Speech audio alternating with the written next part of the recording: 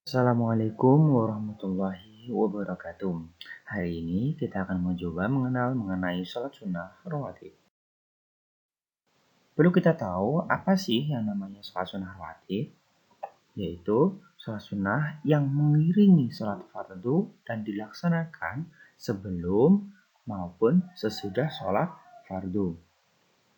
Jadi kalau ada sholat fardu, itu sholat sunnah rawatib itu dikerjakan sebelumnya maupun sesudahnya sholat fardu.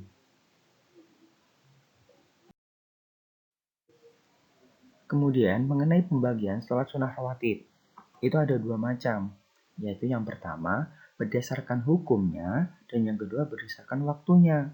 Berdasarkan hukumnya itu ada dua juga. Yang pertama itu muakkad atau sangat dianjurkan untuk dilakukan. Yang kedua yaitu ghairu muakkad atau anjuran yang biasa-biasa saja. Kalau yang muakkad itu Rasulullah sangat sering melakukannya. Sedangkan ghairu muakkad itu Rasulullah mencontohkan kadang-kadang dilakukan, kadang-kadang tidak, kadang-kadang dilakukan, kadang-kadang tidak. Itu ya ghairu muakkad atau anjuran yang biasa-biasa saja. Kemudian berdasarkan waktunya, sholat sunnah rawatib itu juga ada dua, yaitu yang pertama itu namanya qobliyah atau sholat sunnah rawatib yang dilakukan sebelum sholat fardu. Dan yang kedua, yaitu sholat sunnah rawatib ba'diyah atau sesudah sholat fardu. Jadi, yang dilakukan setelah sholat fardu namanya sholat sunnah rawatib ba'diyah. Gitu. Kemudian, mengenai contoh pembagian sholat sunnah rawatib, berdasarkan hadis yang diriwayatkan oleh Imam Muslim, itu bahwasanya sholat sunnah rawatib muakkad atau yang sangat dianjurkan itu juga ada beberapa, yaitu yang pertama 2 rakaat qobliyah subuh atau 2 rakaat sebelum sholat subuh.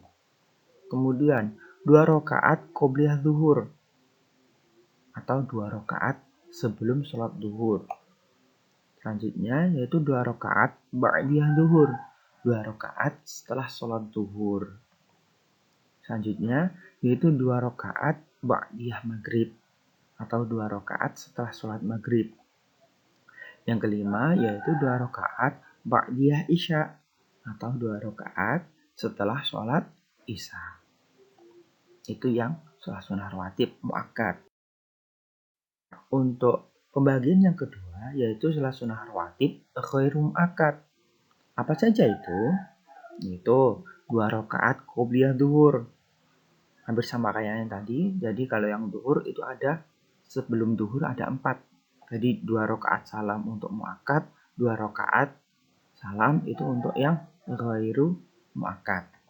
Selanjutnya juga ada 2 rakaat ba'diyah zuhur. Jadi khusus untuk zuhur saja itu sebelum zuhur ada 4 rakaat, setelah zuhur juga 4 rakaat. Jadi 2 rakaat salam, 2 rakaat salam. Itu yang zuhur. Kemudian yang ketiga yaitu 4 rakaat qobliyah asar. Jadi 4 rakaat qobliyah asar atau sebelum asar.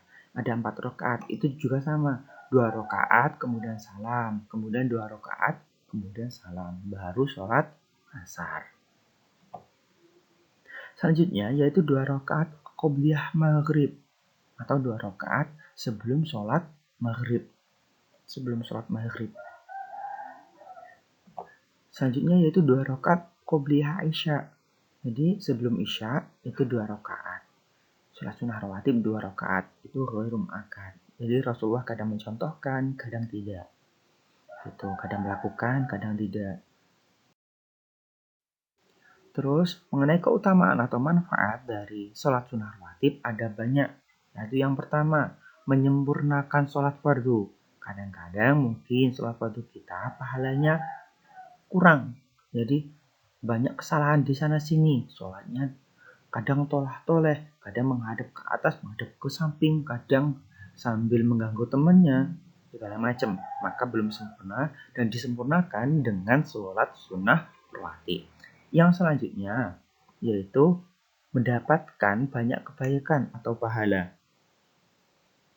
Jadi pahalanya semakin banyak dengan sholat sunnah rawatib.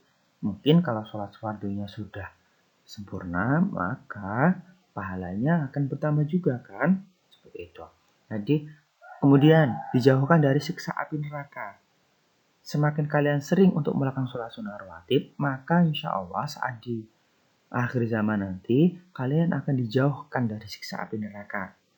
Gitu. Kemudian mendapat rahmat dari Allah atau dicintai oleh Allah.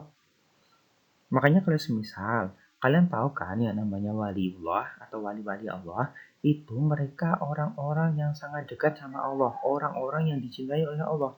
Barangkali dengan kalian rajin sholat sunnah rawatib, kelak nanti akan semakin dicintai oleh Allah, semakin disayang oleh Allah. Dengan kalian disayang oleh Allah, maka doanya akan cepat dikabulkan oleh Allah. Kadang-kadang sekarang kita minta, nanti langsung dikabulkan sama Allah. Jadi nggak menunggu besok-besoknya lagi. Kadang-kadang langsung cepat terkabulkan. Selanjutnya yaitu mengenai cara melakukan sholat sunnah rawatib. Cara melakukannya seperti apa? Nah, yang pertama, tidak perlu didahului dengan azan. Tidak perlu, seperti sholat zuhur, seperti sholat fardu yang lain.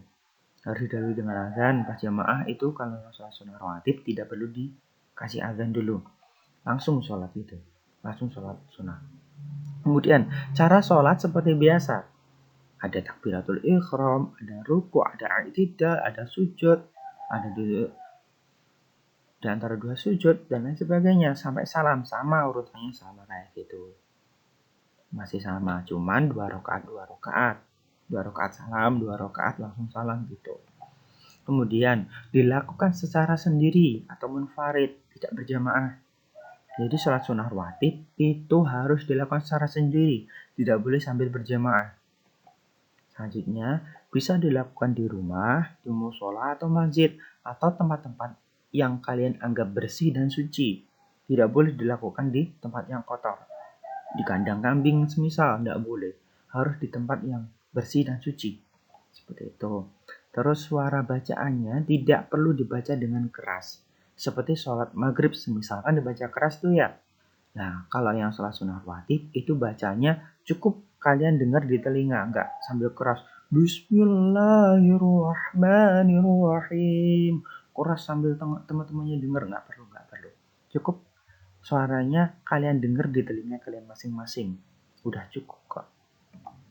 Selanjutnya yaitu setiap salam setiap 2 rakaat. Jadi kalau yang asar tadi ya, ada qobliyah asar itu 4 rakaat, itu tetap 2 rakaat, kemudian salam, 2 rakaat, kemudian salam. Kayak gitu. Jadi nggak boleh langsung 4 rakaat baru salam, nggak boleh.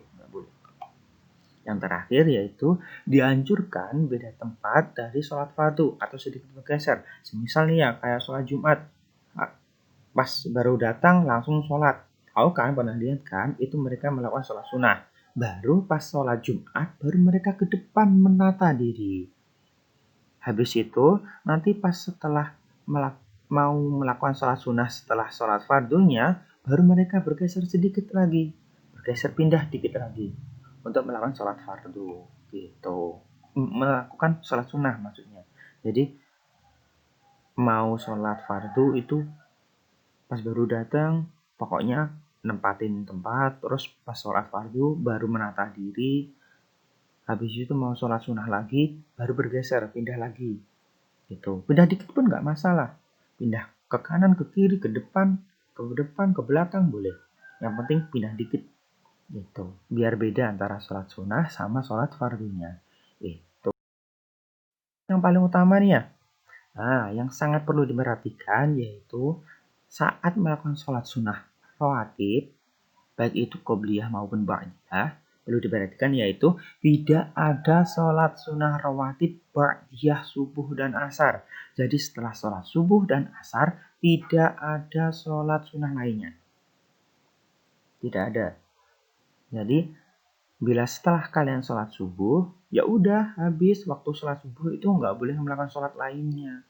Atau semisal udah sholat qobliyah asar, kemudian sholat asar, habis itu waktu asar kan masih panjang tuh ya, jam 3 sampai jam 5 lebih. Itu kalian juga tidak boleh melakukan sholat yang lainnya. Tidak boleh.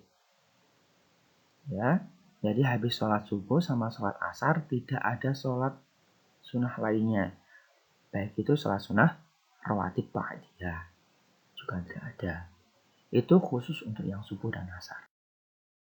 Itu sekian, mungkin cukup itu saja yang kali ini yang dapat saya sampaikan.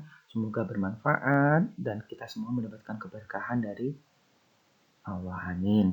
Wassalamualaikum warahmatullahi wabarakatuh.